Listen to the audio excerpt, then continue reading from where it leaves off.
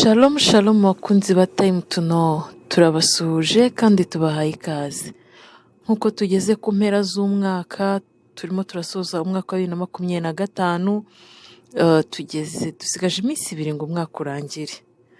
Ariko nubwo turi gusoza umwaka, tugiye kwinjira mu wundi, kandi abantu benshi binjiranamo ingamba zitandukanye, baba bafite ibintu byinshi bagiye batekereza mu mitwe yabo, kuko hari abantu baba binjira mu mwaka mushyashya bafite urutonde rurerure cyane rw'ibyo bashaka kuzageraho, bafite intego nyinshi cyane, bafite inzozi nyinshi, bafite ibyifuzo byo kuzaba abantu bashya mu mwaka mushyashya.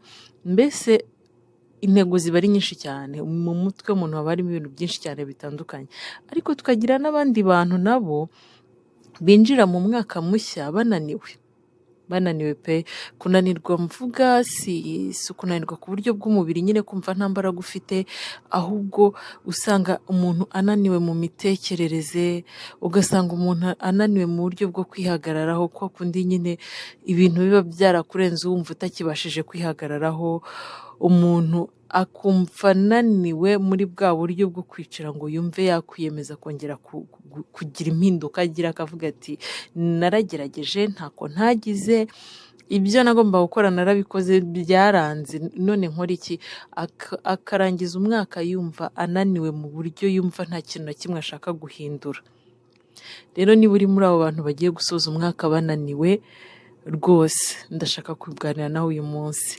Uyu munsi tuje kuganira ku ngingo ivuga iti twinjiye mu mwaka mushyashya, ariko se ko tunaniwe, ko tuwinjiyemo tunaniwe, twinjiranyemo iki? Umunaniro dufite turabigenza gute kugira ngo ushire? Nababwiye ngo umunaniro ndi kuvuga ntabwo ari wa munaniro wo kumva nta mbaraga ufite nyine wakoze warushye. Uyu ni umunaniro wo mu buryo bw'imitekerereze, ni umunaniro wo mu buryo bw'amarangamutima, ni umunaniro wo mu buryo bw'ubwonko, ni umunaniro wo mu buryo bw'imyizerere. Uwo ni wo munaniro turi kuvugaho. Rero ntabwo nje kukubwira kuba nje kuvuga ngo tugiye kwinjiramo ngo turebe ngo ni gute umuntu nyine yarwanya uwo munaniro. Ntabwo nje kukubwira ngo wongere ugerageze cyane, ntabwo nje kukubwira ngo uvugurure ubuzima bwawe. Oya, nje kukubwira ngo ntabwo muri ubu buzima cyangwa se muri umwaka mushyashya tugezemo ukeneye impinduka nyinshi cyane. Nje kukubwira nti ikintu ukeneye muri uyu mwaka mushyashya ni amahoro. Ni amahoro. Usanga akenshi impamvu mvuga ngo dukeneye amahoro muri uyu mwaka mushyashya tugiyemo kurusha ibindi bintu byose, ariko ku bantu bananiwe. Nabivuze ku muntu wumva rwose asoje umwaka ananiwe, ntabwo ukeneye ibindi bintu byinshi cyane kugira ngo nyine wumve ko waruhuka. Ikintu cya mbere ukeneye ni amahoro. Rero hari igihe usanga abantu akenshi muri bo barambiwe. Urambiwe urubanza rw'ubuzima, urambiwe imanza z'ubuzima bwawe pe, ukumva rwose ntabwo bigikunze. Umwaka ushize waraciye mu bintu byinshi, ukakwigisha ibintu byinshi, ukakwigisha kwihangana muri bya bindi waciyemo byari bikomeye, nubwo byari bigoye bwose, ariko ukiga kwihangana, ukakwigisha guceceka nubwo wari ufite ibintu byinshi cyane wumva washaka kuvuga, ukiga gukomeza kugenda. Nubwo hari igihe umuntu agera mu gihe akumva yahagarara pe, ariko agakomeza akarwana, agakomeza akagenda. Rero ibyo byose, kwiga guceceka, kwiga kwihangana, kwiga gukomeza kugenda nubwo biba bigoye, izo ni imanza tuba turimo z'ubuzima bwacu, cyane cyane mu mitekerereze, mu mutima, mu marangamutima. Ni imanza z'ubuzima tuba turimo. Ugasanga hari ibintu byinshi watakaje kubera nyine ibyo waciyemo, ugasanga hari abantu batagifiteho umwanya habe na mba, ugasanga hari n'izindi nzozi zawe zagiye zimera nk'izisinzire rwose ukagira ngo ziri mu icuraburindi.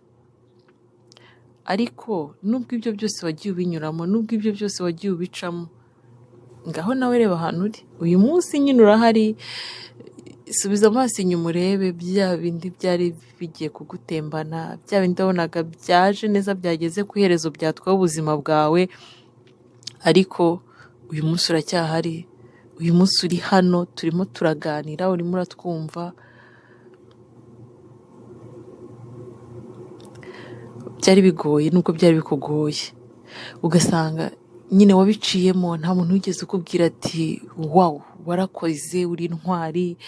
Nta muntu wigeze ukubwira ati yewe we warakoze, agira ngo ushimire ko ubashije kurokoka uyu mwaka. Reka nta n'umuntu wigeze ukubwira uti uzi ukuntu wabyitwayemo neza, ariko biriya bintu ntabwo umuntu yabasha kubivamo. Ugasanga uhagaze aha ni wowe wenyine ubizi, ni wowe wenyine wabibonye, ni wowe wenyine uzi urugamba waciyemo.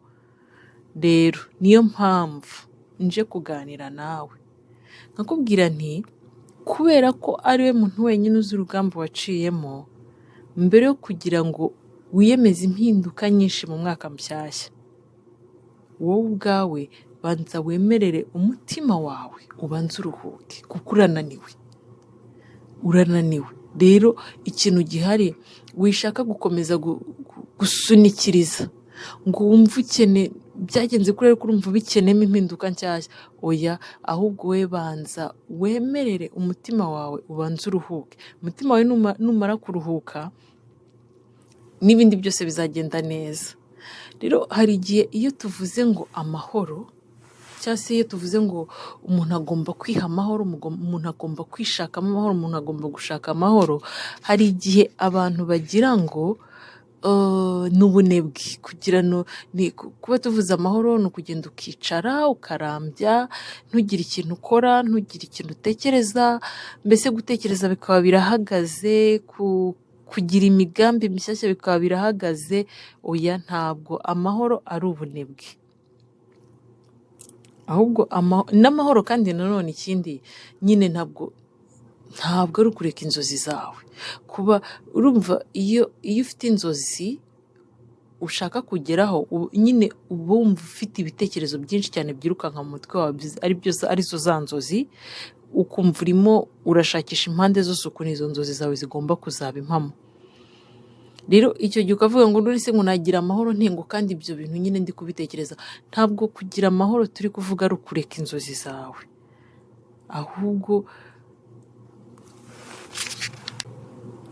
ahubwo ni ukwemera ukavuga uti uko byagenda uko ariko kose, ndambiwe no gukomeza kurwana n'ibintu ntabashije guhindura. Ko hari ibintu bikubaho, ariko ugasanga nta kintu na kimwe ufite wabikoraho kugira ngo bihindure, ugasanga nta kintu na kimwe ushobora guhindura. Rero iyo tuvuze ngo gushaka amahoro cyangwa se kugira amahoro, ni ukwemera ukareka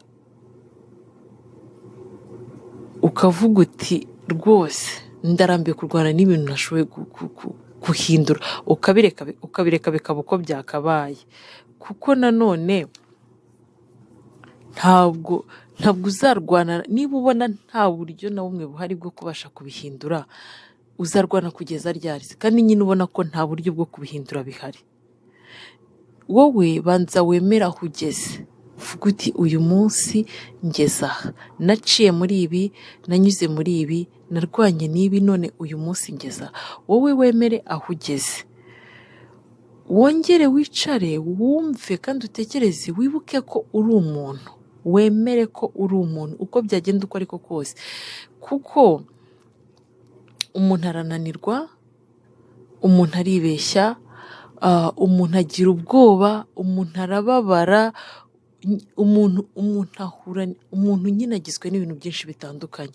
Wongere wicare wemere ko uri umuntu, uvuga uti ndi umuntu, wemere ko ujya unanirwa, wemere ko ugira ubwoba mu buzima. Kuko hari igihe umuntu akubwira ngo ibyo ntabwo byari bikwiye kugutera ubwoba. Kubera iki bitari bikwiye kugutera ubwoba? Kandi uri umuntu.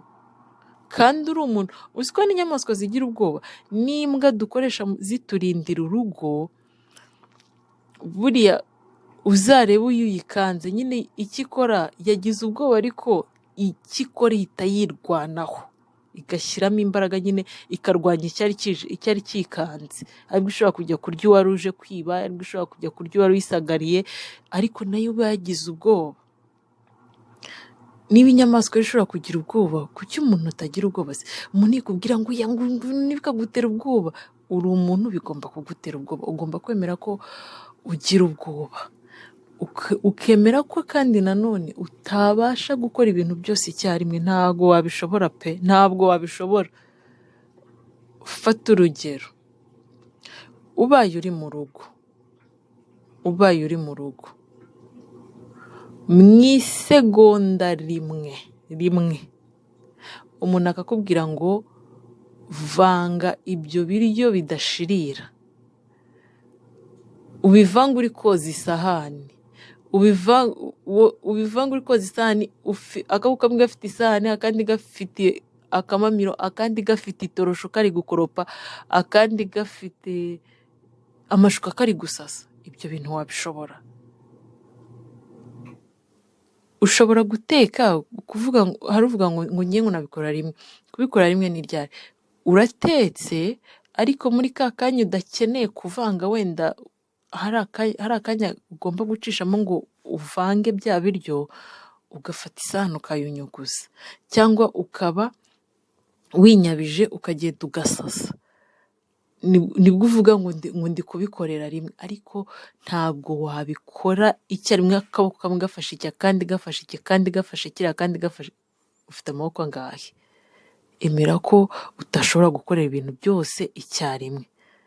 Ntabwo ukeneye kuba undi muntu mushyashya muri uyu mwaka dutangiye, oya, icyo ukeneye ni ukuba wowe ubwawe, ariko kandi utekanye muri wowe, wicaye wumva utekanye rwose muri wowe. Nicyo kintu cya mbere ukeneye kuruta kuba umuntu mushyashya. Hari igihe umuntu avuga ngo ngiye kuba umuntu mushyashya muri uyu mwaka, ukibaza ngiye kuba umuntu mushyashya. Umuntu mushyashya ni gute? Kuba umuntu mushyashya ni gute?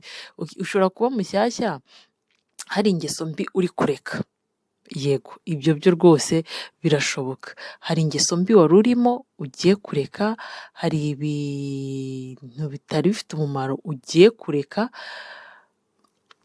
Ibyo rwose ni byiza kumva ko ugiye kuba umuntu mushyashya. Ariko niba wari usanzwe uri mu nzira nziza, ibintu byose wabikoraga mu murongo mwiza, ntacyo ubona nyine, warabikoze byaranze, byose byagiye byanga, ariko wari uri mu nzira nziza. Rero icyo ukeneye si ukuba mushyashya muri ya nzira nziza wari urimo, ahubwo icyo ukeneye ni ukuba wowe utekanye. Rero hari ibintu byinshi ukwiye gusiga muri uyu mwaka kugira ngo ubashe kumva ufite amahoro, ubashe kwinjira mu mwaka mushyashya umeze neza.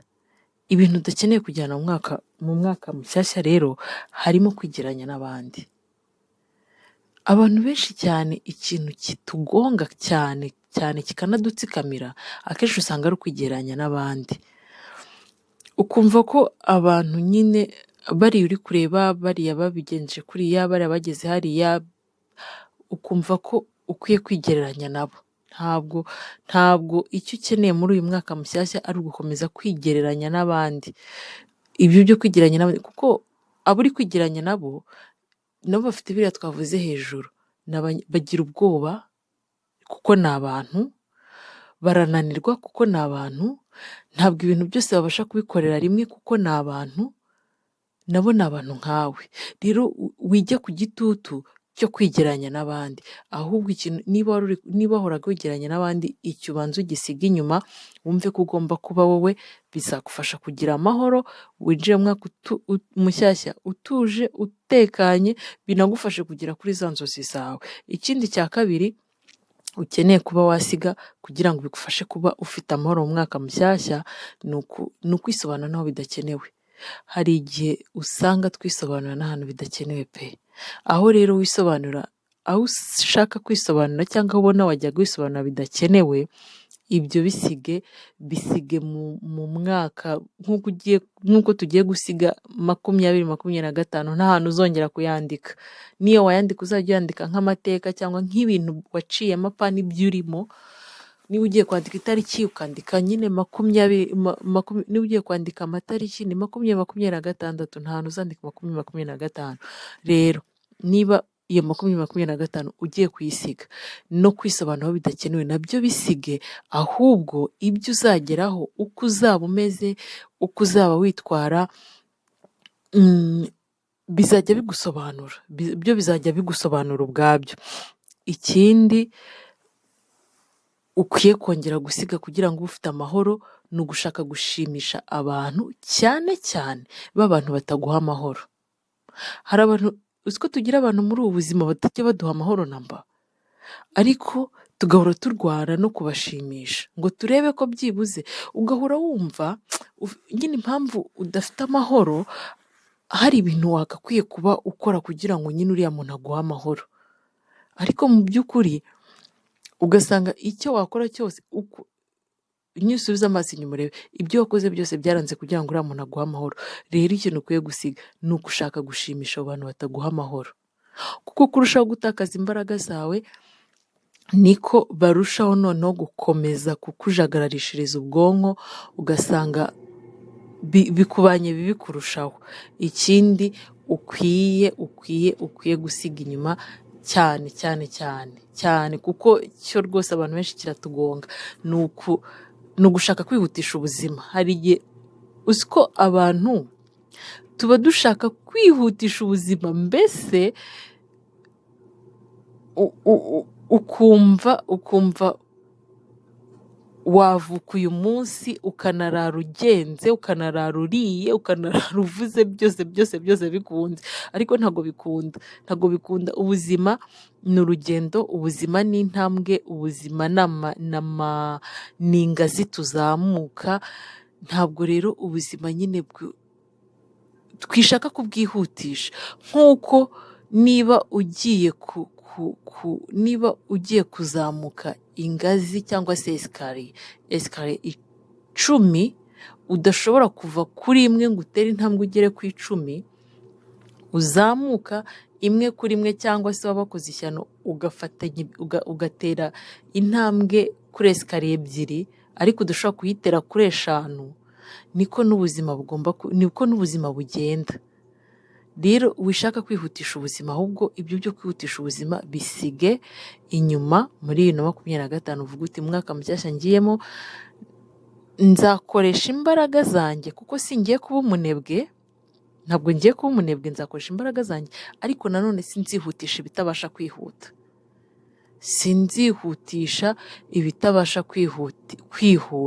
Nese ni gute wafata wenda za modoka abantu bakoresha muri siporo, mu mikino yo gusiganwa, ziriya modoka zirukanka cyane, ni gute wazifata ukazigereranya na bisi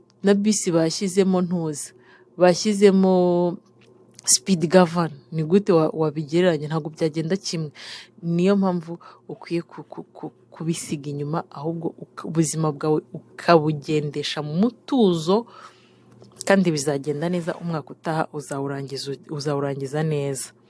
Ikintu rero ukwiye kwicara ugatekereza, ni ukwicara ukavuga uti uyu mwaka ngewe, ukiyemeza ukavuga ati uyu mwaka ikintu ngiye gukora, niba nicaraga nkumva nkwiye kwemeza abantu, nkwiye gutsinda abantu, nkwiye kwereka abantu ko ari byo nagezeho, abantu bakwiye kumenya ko oya, wowe wibwira uti sinkwiye noneho kongera kwemeza abantu, ahubwo icyo njye nshaka ni amahoro. Ibyo nkora mbikorana umutuzo n'amahoro, ntuje, ariko ntari kwemeza abantu. Kuko iyo ushatse kwemeza abantu wishyira ku gitutu, ugakora n'ibyo utagombaga gukora, ugakora n'ibiruta ubushobozi bwawe kugira ngo ukunde wemeze abantu. Ariko iyo ubikoze wowe uvuga uti ndabikora nkanjye ubwanjye, ukabikorana amahoro yose atuje, ubikora neza kandi bikagenda neza. Ibi byose rero ntabwo bisaba imbaraga nyinshi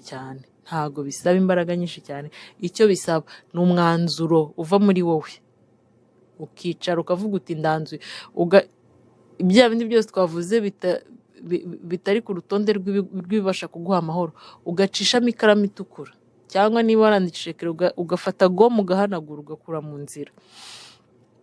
Rero ni gute watangiza cyangwa se watangira urwo rugendo rw'amahoro? Ni gute watangira urwo rugendo rwo kuba ufite amahoro?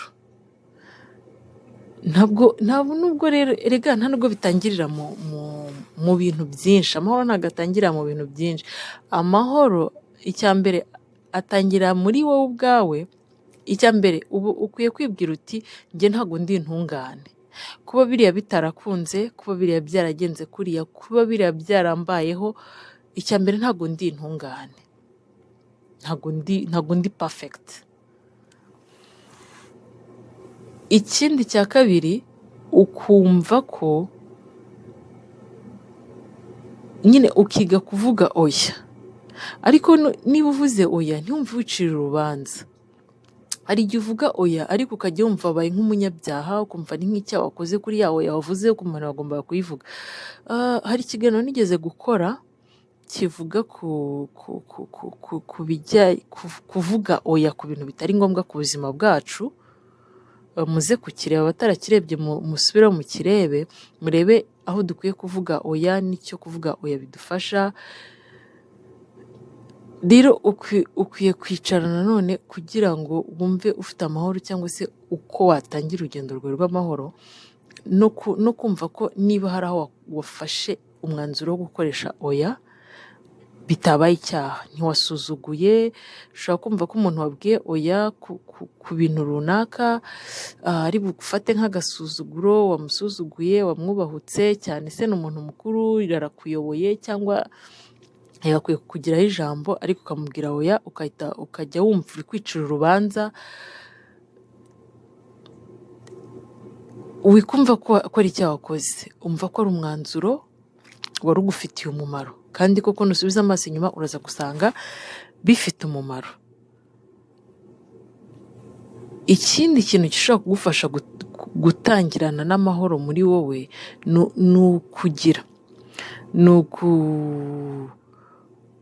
ni ukugerageza kwitandukanya n'ibintu byose birangaza amarangamutima yawe. Kuko hari ibintu byinshi tuba turimo ariko biba bisa nk'ibiri kuturangaza mu by'ukuri. Ibyo rero ni ukwiga kwitandukanya nabyo. Numara kwiga kwitandukanya nabyo uzaba uri gutangira amahoro yo mu mutima, wumva utuje umeze neza. Ikindi bakunze no kukidushishikariza cyane, kuko byagaragaye ko abantu benshi icyo kibazo bagifite, ni ukwita ku buzima bwacu bwo mu mutwe. Hari igihe wumva nyine nta kibazo ufite, akenshi bavuze ngo ubuzima bwo mu mutwe, hari igihe tuhita twumva nyine ba bantu, reka mbivuge gutya nubwo atari imvugo nziza, ariko hari igihe nyine bavuze ngo umuntu afite ibibazo byo mu mutwe, hari igihe tuhita twumva ko ari umusazi. Abantu benshi turagenda ariko dufite ibibazo byo mu mutwe. Rero ikindi kintu ni ukwita ku buzima bwacu bwo mu mutwe, nk'uko basigaye bakunda kubidushishikariza cyane. Twite ku buzima bwo mu mutwe. Usanga abantu benshi ibibazo bahura nabyo akenshi ari inkomoko y'ubuzima bwo mu mutwe butameze neza. Rero ikindi, wicare wite ku buzima bwawe bwo mu mutwe, ugenzure, wige, umenye uko wakwita ku buzima bwawe bwo mu mutwe, nabyo bizagufasha. Ntabwo rero ukwiye navuga ngo ntabwo ukwiye kumva ko ibintu byose ugiye kubihindura muri uku kwezi kwa mbere tugiye kujyamo, ngo wumve ko ukwiye kuba ufite impinduka nshyashya, mbese nk'uko umuntu asiga irangi inzu, nyine ugahita ubona inzu yahindutse, ngo wumve ko ariko nawe ubuzima bwawe bugiye kubusiga irangi. Oya, ntabwo ubuzima bwawe icyo bukeneye ari ukwita bugira irangi ngo burabagirane, ahubwo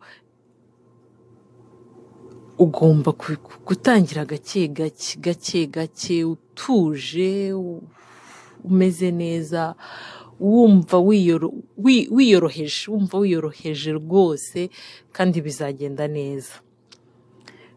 Rero ikintu nakwibwirira umuntu wumva rwose yewe muntu wumva unaniwe pe, bino bintu byose tumaze kunyuramo wumva ari we turi kuvuga.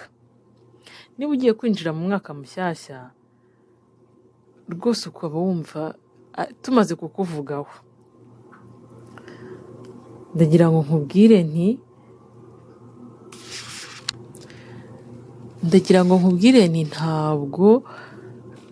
ntabwo ubuzima bwakunaniye. Hari igihe wumva unaniwe, hari igihe wumva nta byishimo ufite, hari igihe wumva umutima uremera ukagira ngo ni nk'ibuye bateretse mu gituza cyawe ririmo imbere, wumva wananiwe kugira uburyo usohoramo, ukajya wumva nyine ubuzima bwarakurambiye, ubuzima warabunaniwe, ariko ntago ubuzima bwakunaniye, ahubwo nyine uba urimo urarwana, uba urimo urahatana, uri umurwanyi kandi ugomba kugera ku ntsinzi uko byagenda kose. Ubwo rero ikintu ukeneye amahoro rwose, ntabwo ukeneye gukomeza kuba ku gitutu, ntabwo ukeneye gukomeza kuba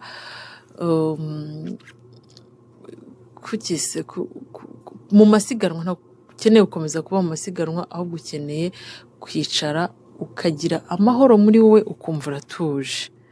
Rero uko winjira mu mwaka mushyashya,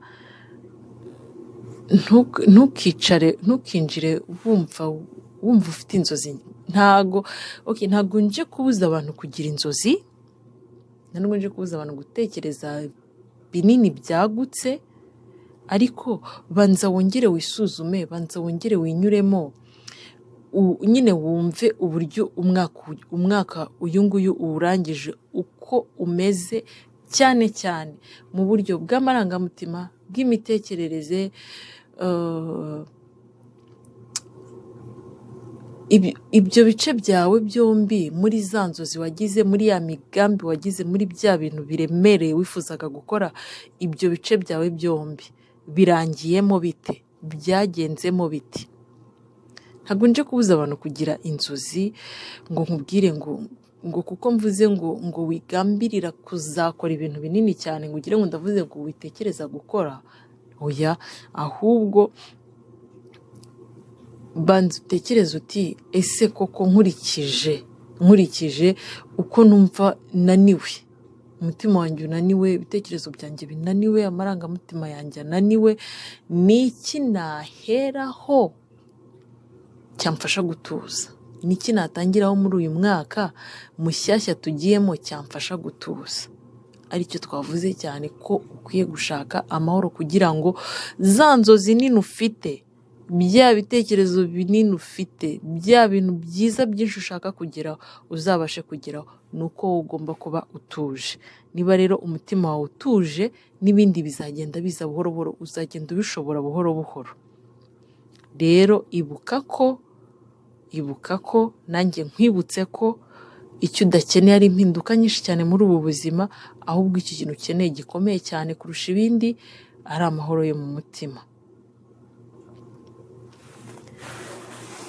Mwakoze kubana natwe. Niba iki kiganiro umva ari aho kigukoze ku mutima, tuhe comment utubwire, kandi niba wumva hari n'undi uzi nawe byafasha, nawe wamusharinga bikamugeraho nta kibazo. Abadukurikiye mutarakora subscribe, namwe muduhe subscribe, mwamutugire neza n'inkunga mwamuduteye, kandi mukomeze kubana natwe. Nimugume hano, dusubire ubutaha. Ndabakunda cyane. Umwaka mushya muhire, muzawubonemo ibyiza, Imana izabe mu ruhande rwanyu. Nubwo biriya byose nabivuze, nubwo navuze ibyo ukwiye gukora, ariko ntabwo ukwiye kwibagirwa ko mbere na mbere ibintu byose uko wabitekereza kose, uko wabigenza kose, ikintu cya mbere ugomba ni ugushyira Imana imbere mu bintu byawe. Imana izabibamo. Yego. N'amahoro tuvuga ushaka ni iki wabikora, ariko amahoro aruta ayandi ni amahoro Imana itanga. Ni amahoro Imana itanga. Hari umuririmbyi we waririmbye aravuga ngo nuko menye nkiri mu makuba amahoro adashira. Rero Imana muyigire iya mbere mu bintu byanyu. Imana ntikaze gusa ari uko mwumva ibintu byose mwabikoze neza cyangwa se mwumva mwananiwe, oya, ahubwo Imana ijya iba ihari igihe cyose. Rero mbifurije umwaka mushya muhire, amahoro y'Imana akomeze kubana namwe, ndabakunda cyane.